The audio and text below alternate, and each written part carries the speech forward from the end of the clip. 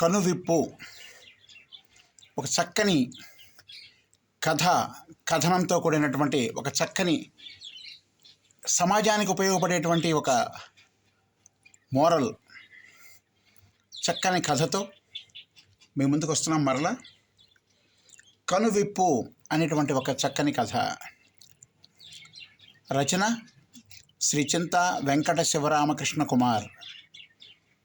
చూద్దాం ఏ విధంగా ఈ కథ మనందరికీ ఉపయోగపడుతుందో ఒకసారి మనం తెలుసుకుందాం. లేవండి స్వామి, బారెడు పొద్దెక్కింది, ఇంకా మత్తు వదలడం లేదా శ్రీవారికి? అతిగా నిద్రపోతే మెదడు మొద్దుబారిపోతుందండి. రాత్రులు ఫోన్లు చూస్తూ పుస్తకాలు చదువుతూ అర్ధరాత్రి దాకా పడుకోరు. మిమ్మల్ని చూసి పిల్లలు కూడా అదే చేస్తున్నారు. పెద్దల్ని బట్టే పిల్లలు కదా, కాబట్టి మీరు క్రమశిక్షణగా ఉంటే పిల్లలు అదే అనుసరిస్తారండి. నా మాట విని పెందలాడే పడుకోండి, తొందరగా నిద్రలేవండి అంటూ తనదైన ధోరణితో తన వాక్చాతుర్యాన్ని ప్రదర్శిస్తోంది గాయత్రి భర్త శ్రీధర్. ఇద్దరు అన్యోన్యమైనటువంటి దంపతులు. శ్రీధర్ చాలా మంచివాడు, మంచి మనసున్నవాడు, అందరికీ సహాయం చేసే మనస్తత్వం ఉన్నవాడు. కాకపోతే కొంచెం బద్ధకస్తుడు అంతే. ఇది తప్ప వేరే విషయాలలో అన్నింటిలో కూడా చాలా చక్కగా ప్రవర్తిస్తాడు. అందరితో ప్రేమగా మాట్లాడతాడు. భార్యా పిల్లలంటే ఎంతో ప్రేమ, అభిమానం. వారి మాట కాదనడు. ఏది అడిగినా కొనిస్తాడు, తెచ్చిస్తాడు. ఏ మాట కాదనలేడు. శ్రీధర్ సొంత వ్యాపారం చేస్తూ ఉంటాడు, నిజాయితీగా చేస్తాడు. మోసం చేసి ఇతరులను అన్యాయం చేసి సంపాదించాలని ఆలోచించడు. ఈ రోజుల్లో ఇటువంటి వాళ్ళు చాలా అరుదుగా ఉంటారు సుమండి. వీరి అన్యోన్యతను చూసి చుట్టుపక్కల వారు కూడా అసూయపడే విధంగా ఉంటుంది వారి కుటుంబ అన్యోన్యత. చుట్టుపక్కల వ్యాపారస్తులు వీరి వ్యాపారాన్ని ఏదో విధంగా దెబ్బతీయాలని తప్పుడు ప్రచారం చేసేవారు. కానీ శ్రీధర్ నీతి నిజాయితీలు అందరికీ తెలుసు కాబట్టి ఎవరూ అతన్ని అనుమానించేవారు కాదు. ప్రజల్లో ఎంతో నమ్మకాన్ని పొందాడు శ్రీధర్. ఇతని వల్ల అందరి వ్యాపారాలు నష్టాల బాట పట్టారు. అది వారి అసలు సమస్య. అందువలనే శ్రీధర్ని ఏదో విధంగా సమస్యలో ఇరికిద్దామని చూస్తూ ఉండేవాళ్ళు అనుక్షణం. ఇన్కమ్ ట్యాక్స్ వాళ్ళకి ఫోన్ చేసి శ్రీధర్ వ్యాపారాల మీద దాడి చేయించారు చాలాసార్లు. కానీ ఎటువంటి ఆధారాలు దొరకలేదు. అది అతని నిజాయితీ. కొన్న ప్రతి వస్తువుకి బిల్లు ఇస్తాడు, సమయానికి ట్యాక్స్ కట్టేస్తాడు. అందువల్ల అతన్ని పట్టుకోవడం చాలా కష్టం. ఎన్నోసార్లు ప్రభుత్వం నుంచి అవార్డులు పొందాడు, ఎంతో మంచి పేరు తెచ్చుకున్నాడు. అందువల్ల అతడు అందరికీ శత్రువు అయ్యాడు. తోటి వ్యాపారస్తులు అందరూ కలిసి కుట్ర పన్నారు, శ్రీధర్ని చంపడానికి ప్లాన్ చేశారు. చూసారా నిజాయితీ ఎంత దూరం తీసుకెళ్తుందో. శ్రీధర్ ఒకరోజు షాపు మూసి ఇంటికి పెడుతుంటే కిరాయి రౌడీలతో హత్యాయత్నానికి కుట్ర చేశారు కొంతమంది. ఇక్కడ ఒక విచిత్రం జరిగింది. శ్రీధర్ మంచితనం ఆ ఊరంతా తెలుసు, అందరికీ తెలుసు. శ్రీధర్ నుంచి ఎన్నోసార్లు సహాయం అందుకున్న రాము అనే కుర్రాడు ప్రత్యర్థుల కుట్రను ఒకరోజు అనుకోకుండా తెలుసుకున్నాడు. ఆ విషయాన్ని వెంటనే శ్రీధర్కి తెలియజేశాడు. అప్పుడు శ్రీధర్ రాముతో ఒక విషయం చెప్పాడు. ఈ విషయాన్ని ఎక్కడా బయటికి పొక్కనీయవద్దు, ఎవరితోనూ చెప్పొద్దు, ఈ విషయాన్ని మన ఇద్దరి మధ్యలోనే ఉండాలి అని తెలివిగా ఎత్తుకు పై ఎత్తు వేశాడు. ఈ కుట్రని పోలీసులకు తెలియజేశాడు. వారు కూడా రహస్య ఆపరేషన్ ద్వారా మొత్తం పోలీసు బెటాలియన్ దించింది. ఎవరికీ తెలియకుండా రహస్య ఆపరేషన్ స్టార్ట్ చేశారు. శ్రీధర్ ఇంటికి పెడుతుండగా కిరాయి మోకలు శ్రీధర్ మీద రాడ్లు, గొడ్డళ్ళు, కత్తులతో, తుపాకీలతో దాడి చేశారు. దాదాపుగా కిరాయి మోకలు 20 మంది వరకు ఉన్నారు. ఎప్పుడైతే దాడికి దిగారో మెరుపులాగా పోలీసులు అతి మెరుపు వేగంతో ఆ కిరాయి మోకల మీదకి ప్రతిదాడి చేసి వారి పన్నాగాన్ని, వారు చేసే దారుణ కృత్యాన్ని అడ్డుకున్నారు. దొరికిన వారిని దొరికినట్టుగా చితక్కొట్టేశారు. రౌడీ మోకలు 20 మంది ఉంటే పోలీసులు 200 మంది ఉన్నారు. దెబ్బకి దయ్యం దిగొచ్చింది. మక్కెలు ఎరగదన్ని బొమికల్ని నుజ్జు చేయట్లుగా చితక్కొట్టేశారు పోలీసులు. అంతే, వారందరూ దాదాపు చావుకు దగ్గరయ్యే విధంగా అయిపోయారు. వారిలో ఒకరిని ఆరా తీశారు. ఈ పని మిమ్మల్ని ఎవరు చేయమన్నారు, దీని వెనుక సూత్రధారులు ఎవరు, మొత్తం అంతా కక్కించారు. దెబ్బకి ఆ రౌడీ మొత్తం కథ అంతా చెప్పేశాడు. శ్రీధర్ని చంపడానికి ఎవరు పన్నాగం పన్నారో, అసలు చంపడానికి ప్రధాన కారణం ఏమిటో అంతా ఆరా తీశారు. వాడు మొత్తం పోసుకొచ్చినట్లుగా చెప్పేశాడు. పోలీసుల బాధ తట్టుకోలేక శ్రీధర్తో కలిసి వ్యాపారం చేసే కొందరు భాగస్వామ్య వ్యాపారం చేసేవాడు శ్రీధర్. అందరితో ఒక 4-5 కలిసి భాగస్వామ్య వ్యాపారం చేసేవారు. మొత్తం 4 కలిసి శ్రీధర్తో కలిసి వ్యాపారం చేస్తూ ఉండేవాళ్ళు. బియ్యము, పత్తి, నూనెలు, చిరుధాన్యాలు, ఇంకా చాలా వ్యాపారాలు ఒక్కొక్కటిగా పెంచుకుంటూ వ్యాపారం చేస్తూ ఉండేవాళ్ళు. వ్యాపారంలో బాగా లాభాలు వచ్చాయి. అందరూ కలిసి పంచుకున్నారు. మరలా పెట్టుబడి పెట్టి మరిన్ని వ్యాపారాలు పెంచుకున్నారు. చేసిన ప్రతి వ్యాపారం కలిసి వచ్చేది, లాభాలు పంచుకునేవారు. అందరూ కూడా గొడవలు పడకుండా సామరస్యంతో, నిజాయితీగా, స్నేహితుల్లాగా, చక్కని స్నేహంతో వాళ్ళు ఎప్పుడు కూడా ఎటువంటి మాట అనుకోకుండా సామరస్యంతో ఉండేవాళ్ళు. అందువల్లనే వాళ్ళ వ్యాపారం అంతా కూడా అద్భుతంగా ముందుకు సాగేది. ఇది ఇలా ఉండగా ఒకసారి అందరూ కలిసి ఒక మీటింగ్ పెట్టుకున్నారు. మనం చేసే ప్రతి వ్యాపారం బాగా కలిసి వస్తున్నాయి, మన వ్యాపారం మరింత పెంచుకుందాం. రియల్ ఎస్టేట్ వ్యాపారం ఈ రోజుల్లో బాగా అభివృద్ధి పథంలో ఉంది. భూమి మీద పెట్టిన పెట్టుబడి బంగారంగా మారిపోతోంది, కోట్లు కుమ్మరిస్తోంది. కాబట్టి మనం నిజాయితీగా ఇప్పటివరకు వ్యాపారం చేశాం, అన్నీ మనకు కలిసి వచ్చాయి. మనం మరింత ముందుకెళ్ళి పెద్ద ఎత్తున రియల్ ఎస్టేట్లో పెట్టుబడులు పెట్టి పెద్ద స్థాయిలో రియల్ ఎస్టేట్ వ్యాపారం చేద్దామని తీర్మానం చేసుకొని అందరూ ఆమోదంతో ఒక మాట మీద నిలబడి సరే అనుకుని అగ్రిమెంట్ చేసుకున్నారు. అది మొదలు ఆ నలుగురు చాలా పెద్ద ఎత్తున పెట్టుబడులు పెట్టి రాష్ట్రమంతా వేల ఎకరాలు పొలాలు కొని ప్లాట్లు వేసి బాగా ప్రచారం చేసుకొని అందరినీ ఆకర్షించే విధంగా పథకాలు రూపొందించుకొని వ్యాపారం మొదలుపెట్టారు. వీరి గురించి తెలిసిన వారందరూ కూడా వీరి మీద నమ్మకంతో విపరీతంగా ప్లాట్లు కొనేశారు. చాలా తక్కువ సమయంలో వారు వేసిన ప్లాట్లన్నీ కూడా అమ్ముడుపోయాయి. చాలా బాగా లాభాలు వచ్చాయి. కారణం వారు నిజాయితీగా వ్యాపారం చేయటం వల్లనే. అందరూ నమ్మారు వారిని. కొన్నవారికి ఆ భూమి భవిష్యత్తు ఉందని నమ్మి కొన్నారు. అన్ని ప్లాట్లు పెద్ద పెద్ద నగరాలలో మంచి మంచి అవకాశాలు భవిష్యత్తు ఉన్న ప్రాంతాలలో వేయటం వల్ల జనం బాగా ఆకర్షింపబడి హాట్ కేక్స్ లాగా కొనేశారు. కొన్నవారందరూ బాగుపడ్డారు. మరలా అమ్మితే దానికి 4 లాభాలు వచ్చాయి. వీరి రియల్ ఎస్టేట్ వ్యాపారం దినదిన ప్రవర్ధమానమై అద్భుతమైన పేరు తెచ్చుకొని నిజాయితీకి మారుపేరుగా మారారు ఆ నలుగురు. వారు వేసిన మొత్తం ప్లాట్లన్నీ అమ్ముడుపోయాయి. కొన్నవారందరూ బాగా లాభాలు పొందారు. కస్టమర్ల నుంచి మంచి నమ్మకాన్ని పొందారు. అందరూ సంతోషించారు. వారి నిజాయితీ మాత్రమే వారిని ఈ స్థాయిలో తీసుకెళ్ళిందని వారు నమ్మారు. అందరూ అభినందించారు. వీరు మరింత వ్యాపారంలో మంచి పెట్టుబడులు పెట్టి మరింత ముందుకెళ్ళి అపార్ట్మెంట్స్ కట్టాలని నిర్ణయించుకున్నారు. అందరూ ఒక మాట మీద నిలబడ్డారు. మరలా వ్యాపారం స్టార్ట్ చేశారు. అన్ని నగరాలలో పెద్ద పెద్ద స్థలాలను కొని అద్భుతంగా అపార్ట్మెంట్స్ను కట్టడం ప్రారంభించారు.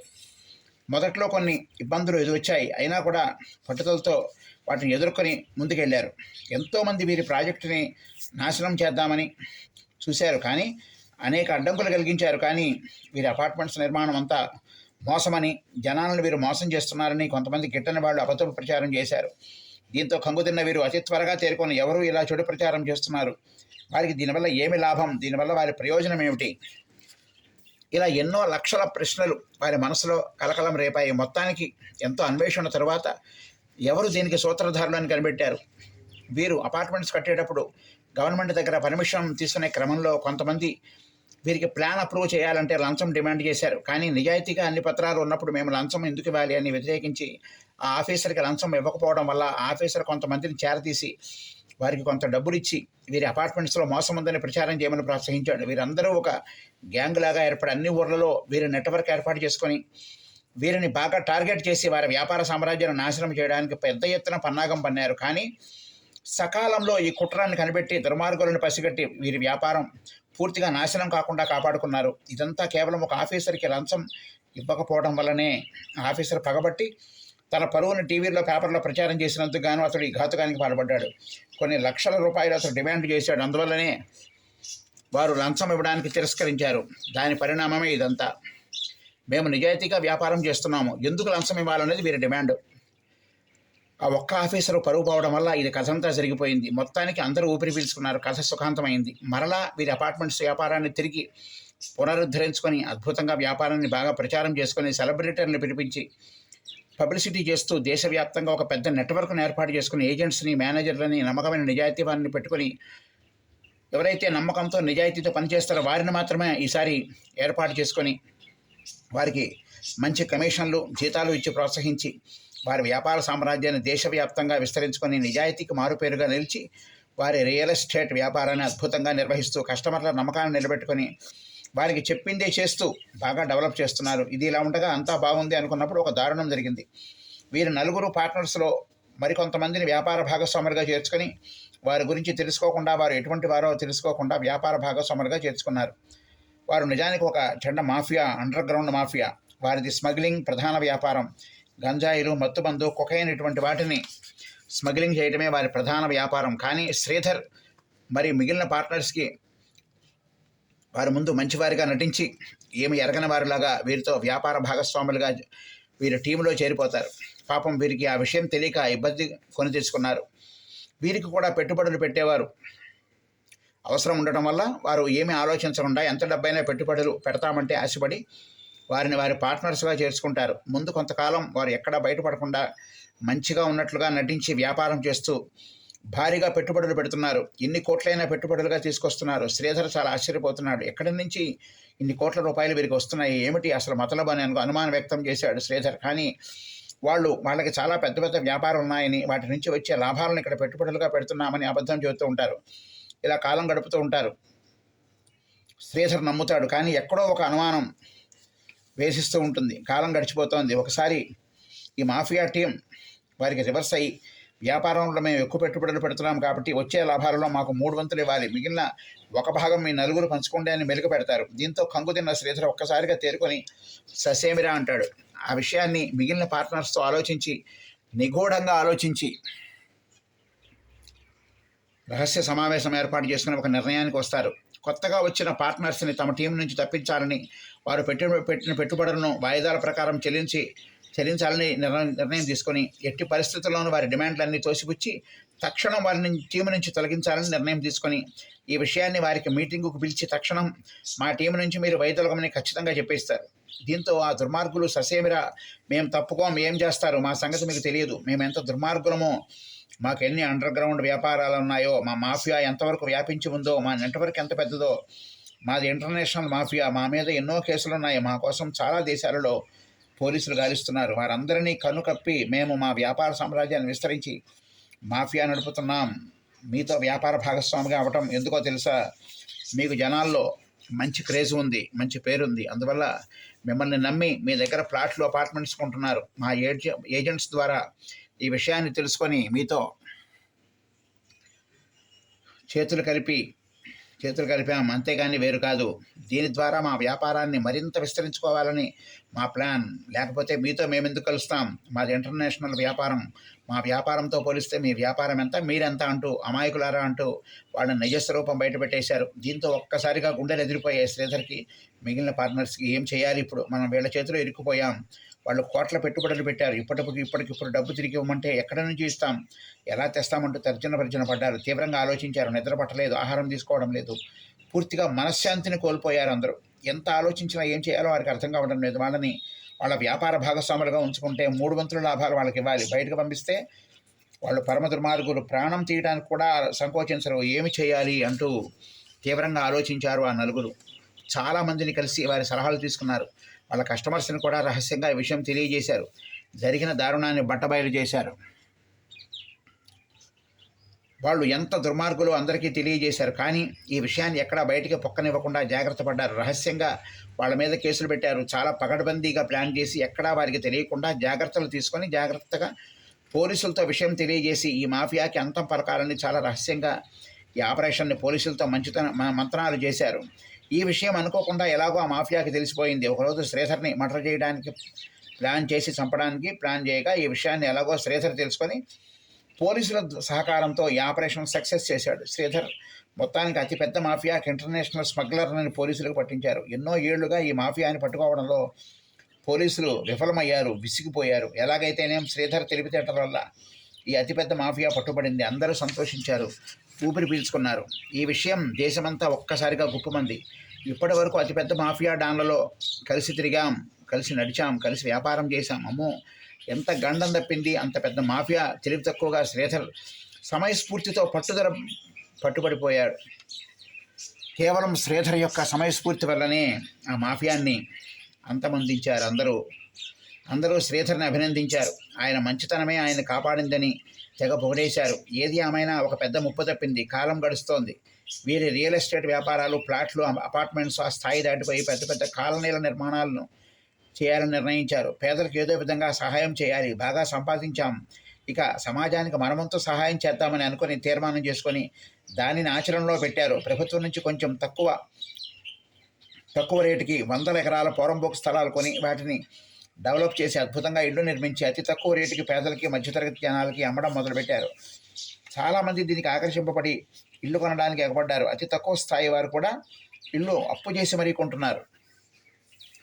కొన్ని వందల మంది ఇళ్ళు కొనడానికి ఎగబడుతున్నారు. అన్ని ఊర్లలో ఇలా ప్రభుత్వం నుంచి పోరంబోకు స్థలాలు 100 ఎకరాలు కొన్ని పేదలకు తగినట్లుగా రేట్లు నిర్ణయించి అమ్ముతున్నారు.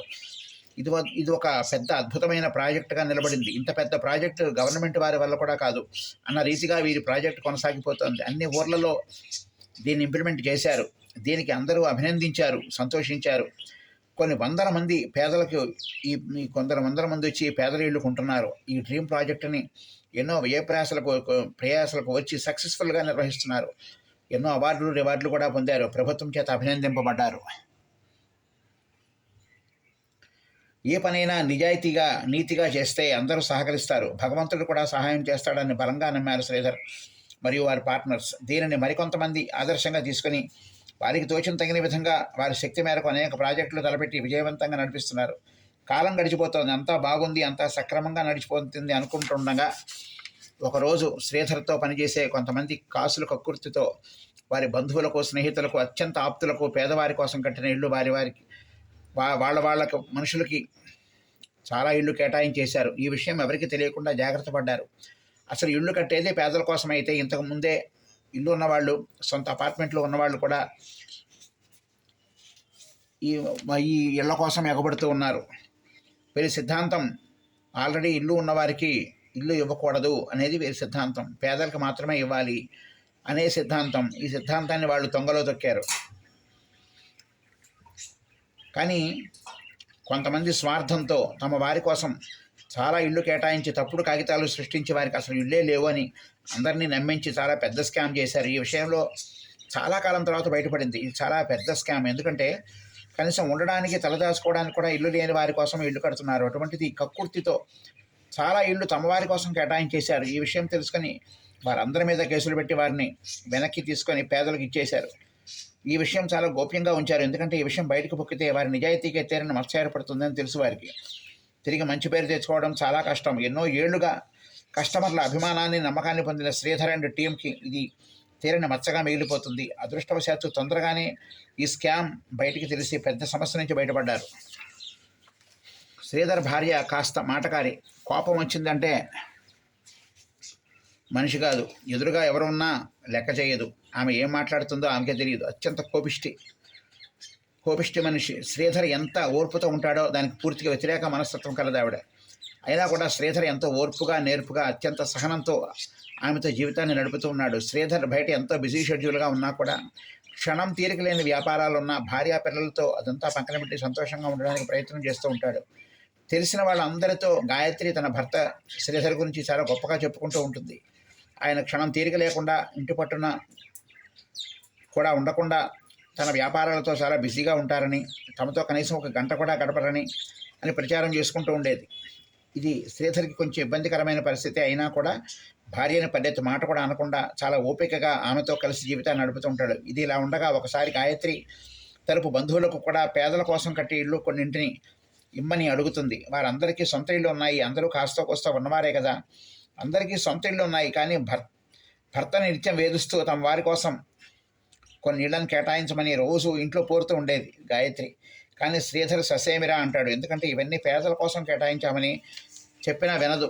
ఎంత చెప్పినా మాట వినకపోయేసరికి ప్రతిరోజు వారింట్లో ఏదో చిన్న గొడవలు జరుగుతూనే ఉండేవి. నేను వారికి మాట ఇచ్చేశానని, ఇప్పుడు కాదంటే నా పరుగు పోతుందని, ఆ మాత్రం అధికారం నీకు లేదా అని అందరూ అడుగుతారని, ఇది చాలా అవమానకరమని తెగ అభిమానం చూపిస్తుంది. కానీ శ్రీధర్ ఎంత చెప్పినా ఆమె మాట వినడు. ఆయన చెప్పిన మాట కూడా ఆమె వినదు.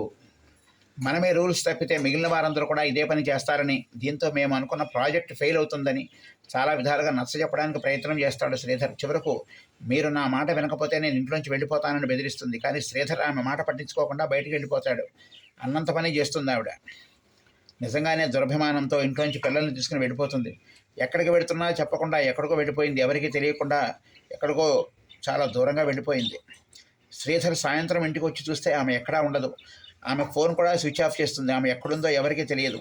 తెలిసిన వారందరికీ ఫోన్ చేస్తాడు శ్రీధర్. ఎక్కడా లేదని చెబుతారు అందరూ. ఏమి చేయాలో తోచక శ్రీధర్ పాపం ఊరంతా తన మనుషులతో వెతికిస్తాడు. కానీ లాభం లేదు. 2 రోజులు గడుస్తుంది. ఆమె ఆచూకీ తెలియదు. శ్రీధర్ చాలా భయపడిపోతాడు. ఏమైనా అఘాయిత్యం చేసుకుందా అని భయపడతాడు. ఏమి చేయాలో తోచక, ఎక్కడ వెతకాలో ఏమి చేయాలో అర్థం కాని పరిస్థితిలో ఉంటాడు శ్రీధర్. తెలిసిన వారు బంధువులకి ఫోన్లు చేస్తాడు. కానీ లాభం లేదు. మనశ్శాంతిని కోల్పోతాడు. ఆఫీస్కి వెళ్లకుండా పనులన్నీ పక్కన పెట్టి భార్య కోసం వెతకడమే పనిగా పెట్టుకుంటాడు. కానీ ఆమె ఎక్కడ ఉందో ఎవరికీ తెలియదు. చూస్తూ ఉండగానే 10 రోజులు గడిచిపోయాయి. పాపం శ్రీధర్ చాలా డీలా పడిపోయాడు. బయట ఎంతోమంది ఎన్నో రకాలుగా ఇంత దుర్మార్గులను సైతం ఢీకొన్న శ్రీధర్ భార్య విషయంలో ఎందుకో పిరికివాడిగా మారిపోయాడు. అతను భార్యని ఎంతగానో ప్రేమించేవాడు. అందువల్ల తట్టుకోలేకపోతున్నాడు. చివరకు మనసు దిటవు చేసుకుందామని అనుకుంటాడు. ఇంతలోనే అతని తిండి నిద్ర లేకపోవడం వల్ల ఆరోగ్యం క్షీణిస్తుంది. పరిస్థితి విషమిస్తుంది. ఆసుపత్రిలో చేరుస్తారు. కొందరు స్నేహితులు ముందుకు వచ్చి అన్ని న్యూస్ పేపర్లలో శ్రీధర్కి ఆరోగ్యం బాగాలేదని, పరిస్థితి విషమించిందని, కనుక అతని భార్య ఎక్కడ ఉన్నా తక్షణం తిరిగి రావాలని పేపర్లో టీవీల్లో వేయిస్తారు. ఈ విషయం తెలుసుకున్న ప్రజలు కోకొల్లలుగా ఆసుపత్రికి చేరుకుంటారు. శ్రీధర్ గారికి ఎలా ఉంది? ఆయన చాలా మంచి మనిషి. అందరి మంచినే కోరేవారు. కొన్ని వందల మంది పేదలకు ఇల్లు కట్టించిన దేవుడు ఆయన త్వరగా కోరుకోవాలి అని పెద్ద ఎత్తున నినాదాలు చేస్తూ ఉంటారు ఆసుపత్రి దగ్గర. అన్ని గుళ్లలో పూజలు, అభిషేకాలు చేశారు. కనిపించిన దేవుడికి మొక్కారు. అంత మంచివాడు శ్రీధర్. అటువంటి మంచి మనిషిని బాధపెట్టి ఎక్కడికో వెళ్ళిపోయి అతని భార్య చాలా పెద్ద తప్పు చేసిందని అందరూ ఆవిడని నిందించారు.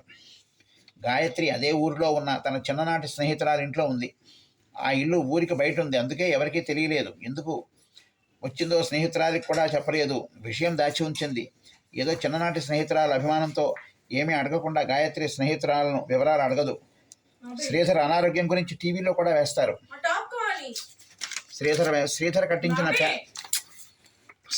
కట్టించిన పేదల ఇళ్ళు గాయత్రి స్నేహితురాలి బంధువులకి ఇస్తారు. శ్రీధర్ గాయత్రి భర్త అని ఎవరికి తెలియక స్నేహితురాలు ఆమె ఆశ్రయిస్తుంది. ఒక్కసారి శ్రీధర్ గొప్పతనం గురించి, ఆయన పేదల కోసం చేసిన సేవ గురించి ఆమె స్నేహితురాలుగా గాయత్రికి చెబుతుంది. ఆ సందర్భంలో ఉద్వేగం ఆపుకోలేక గాయత్రి పెద్దగా ఏడుస్తూ శ్రీధర్ తన భర్తని, నేను నా వారి కోసం కొన్ని ఇళ్ళు ఇమ్మని అడిగానని, కానీ ఆయన దానికి ఒప్పుకోలేదని, ఉన్నవారికి ఇల్లు ఇవ్వరని, పేదల కోసం ఇల్లు అని చెప్పారని అభిమానంతో నేను ఇంట్లోంచి వచ్చేసానని పెద్దగా చెప్పి ఏడ్చింది గాయత్రి. దీంతో ఒక్కసారి ఉలిక్కిపడ్డ స్నేహితురాలు, ఎంత పని చేశావే, శ్రీధర్ గారు దేవుడు లాంటి మనిషి, అలాంటి మనిషిని పెళ్లి చేసుకొని చాలా తప్పు చేశావు, నువ్వు అతని స్నేహితురాలని మందలించింది. గాయత్రి స్నేహితురాలు ఎంత మంచి మనిషో చూసారా? ఆయన పేదల మనిషి, మంచి మనసున్న మనిషి. ఈ రోజుల్లో అటువంటి మహానుభావుడు ఎక్కడా ఉండడు. నీ స్వార్థం కోసం ఆయన్ని ఎంత ఇబ్బంది పెట్టావా? ప్రజల గుండెల్లో ఆయన ఒక దేవుడు, కానీ నీకు చెడైపోయాడా అంటూ చెడామడా తిట్టి నీలాంటిది నా స్నేహితురాలని చెప్పుకోవడానికే సిగ్గుగా ఉందని చాలా పెద్దగా అరిచి తక్షణం తన ఇంట్లోంచి వెళ్ళిపోమని అరుస్తుంది. ఇన్ని రోజులు నీ గురించి తెలియక నీకు ఆశ్రయం ఇచ్చాను, నన్ను నేను కుట్టుకోవాలి అంటూ ఇంకా ఎన్నో మాటలంది. ఇలాంటి భర్తని పొందాలంటే ఎంతో పుణ్యం చేసుకోవాలి. నోటికో కోటికో ఒకడు ఉంటాడు శ్రీధర్ గారి లాంటి మంచి మనిషి. అటువంటి మనిషిని బాధపెట్టి నువ్వు ఏం బాగు తింటావు అంటూ చాలా గట్టిగా తిట్టింది. స్నేహితురాలి మాటలతో గాయత్రికి బుద్ధి వచ్చింది. నేను చాలా తప్పు చేశాను, అంత మంచి మనిషిని చాలా బాధ పెట్టాను. నా స్వార్థం, నా మాట గురించి ఆలోచించాను తప్ప ఆయన నీతి నిజాయితీలు, ప్రజల్లో ఆయనకున్న మంచి విశ్వసనీయత గురించి ఆలోచించలేకపోయాను. చాలా తప్పు చేశాను. నాలాంటి దానికి ఎటువంటి శిక్ష వేసినా తక్కువే అంటూ బోరును ఏడ్చేసింది గాయత్రి. స్నేహితురాల ఔదార్యం, మంచితనం, మంచి మనస్సు చూసి చెలించిపోయింది. నీ మనసు ఎంత మంచిది, నిన్ను చూస్తుంటే నాకు చాలా గర్వంగా ఉంది. నీలాంటి స్నేహితురాలు ఉందని చెప్పుకోవడం నాకు గొప్ప విషయం. అహంకారంతో, దురభిమానంతో ఆయన్ని ఇబ్బంది పెట్టాను, చాలా మాటలు అన్నాను. ఆయన మనస్సు ఎంత బాధపడిందో, ఈ 10 రోజులు ఆయన నరకానుభవం ఎంత అనుభవించారో, ఎంత అవమానంగా ఫీల్ అయ్యారో, నా వల్ల తప్పుడు నిర్ణయం వల్ల, పొగరు, గర్వం, అహంకారం వల్ల అలాంటి మంచి మనిషిని దూరం చేసుకున్నాను. నా పాపానికి నిష్కృతి లేదు అంటూ తల బాదుకుంది. కంగారు పడి స్నేహితురాలు ఓదార్చి, అయిందేదో అయిపోయింది, ఇప్పటికైనా వెళ్ళి ఆసుపత్రిలో ఉన్న శ్రీధర్ గారికి కనిపించు, ఆయనకి ధైర్యాన్ని ఇవ్వు అంటూ అందరూ హుటాహుటిన ఆసుపత్రికి వెళ్ళేసరికి శ్రీధర్ ఐసీయూలో ప్రమాద స్థితిలో ఉండడం గమనించి స్పృహ తప్పి పడిపోయింది గాయత్రి. అందరూ కంగారు పడ్డారు. శ్రీధర్ గారికి ఆమె భార్య గాయత్రి వచ్చిందని నెమ్మదిగా తెలియజేశారు. అంతే, ఒక్కసారిగా ఆయన ప్రాణం లేచి వచ్చింది. ఆయనలో చలనం వచ్చింది. వేగంగా కదిలిపోయింది ఆయన శరీరం. ఉద్వేగం పొందారు శ్రీధర్. కళ్ళ వెంటల నీరు వచ్చేశాయి. భార్య ఇంత తప్పు పని చేసినా కూడా కొంచెం కూడా కోపం లేదు. ఆమెను చూడాలన్న ఆత్రం తప్ప. అందరూ ఆశ్చర్యపోయారు. శ్రీధర్ మంచి మనసు గురించి మాట్లాడుకున్నారు. ఇంత మంచి మనిషికి ఇంత కష్టమా అని అందరూ బాధపడ్డారు. కొంతసేపటికి గాయత్రికి స్పృహ వచ్చింది. తన భర్తను చూడాలని తాపత్రయపడింది. ఒక్క ఉదుటను లేచి ఎంతమంది ఆపిన ఆగకుండా ఐసీయూ తలుపులు తోసుకుంటూ భర్త దగ్గర వెళ్ళి కాళ్ళ మీద పడి క్షమించమని వేడుకుంది. నేను చాలా తప్పు చేశాను. మీలాంటి మంచి మనిషిని చాలా బాధ పెట్టాను. నన్ను క్షమించండి అంటూ పెద్దగా ఏడ్చేసింది. ఇన్ని రోజులు మీ మీద కోపంతోనే చిన్ననాటి స్నేహితురాలింట్లో ఉన్నాను. తన ద్వారా నాకు బుద్ధి వచ్చింది, కనువిప్పు కలిగింది. ఆమె చాలా మంచిది. ఊరందరికీ సేవ చేసే మీ గొప్పతనం నేను తెలుసుకోలేకపోయాను. అందరూ దేవుడిగా భావించే మీ మనసును గెలుచుకోలేకపోయాను అంటూ విలపించింది. అంతలో శ్రీధర్ తేరుకొని ఆమెను దగ్గరికి రమ్మని తలని మెరి ఓదార్చి, నీ మీద నాకు కోపం లేదు గాయత్రి, ఏదో తెలియక చేసిన పని తప్ప వేరు కాదు అంటూ ఆయన గొప్ప మనసును చాటుకున్నారు శ్రీధర్. అందరూ ఆనందించారు. అతి త్వరలోనే కోలుకున్న శ్రీధర్ ఇంటికి వెళ్ళిపోయారు. ఇక నుంచి ఆ కుటుంబంలో అంతా ఆనందమే, అంతా సంతోషమే. మంచివారికి మంచే జరుగుతుందని అందరూ వేనోళ్ల కొనియాడారు, ఆశీర్వదించారు, సంతోషించారు. చూసారా? ఇదండి కనువిప్పు. ఒక చక్కని కథనం. అంత చక్కని కథతో కూడినటువంటి సబ్జెక్ట్. అంటే ఊరందరికీ సహాయం చేసే ఒక మంచి మనిషి, గయ్యాళి భార్య, వారిద్దరి మధ్య సాగేటువంటి కథ ఇది. ఆవిడ ఎంత గర్వంగా, అహంకారంగా, కోపిష్టిగా ఉన్నా కూడా ఆవిడ మీద ఆయన ఎటువంటి కోపం రాకుండా మంచి సహృదయతతో, మంచి మనసుతో ఆమెను ఆదరించి, ప్రేమించి, అభిమానించి, ఆఖరికి ఆయన మాట వినకుండా ఇంట్లోంచి వెళ్ళిపోయినా కూడా ఆవిడని క్షమించి హక్కున చేర్చుకున్నటువంటి మంచి మనిషి యొక్క కథే ఈ కనువిప్పు. మన సమాజంలో కూడా నేడు సమాజంలో అందరూ కూడా ఇది తెలుసుకోవాల్సినటువంటి సబ్జెక్టు. ఎందుకంటే కోపము, తాపము అన్నీ తగ్గించుకొని ప్రశాంతంగా ఉన్నవారికే సుఖము, శాంతి లభిస్తాయి. క్షణికావేశము, క్షణంలో కోపం రావడం, అతిగా ఆవేశపడటం, ఇటువంటివి తగ్గించుకొని సామరస్య మంచి మనసుతో అందరినీ కలుపుకుపోతే జీవితాంతం సుఖమయం, శాంతిమయం.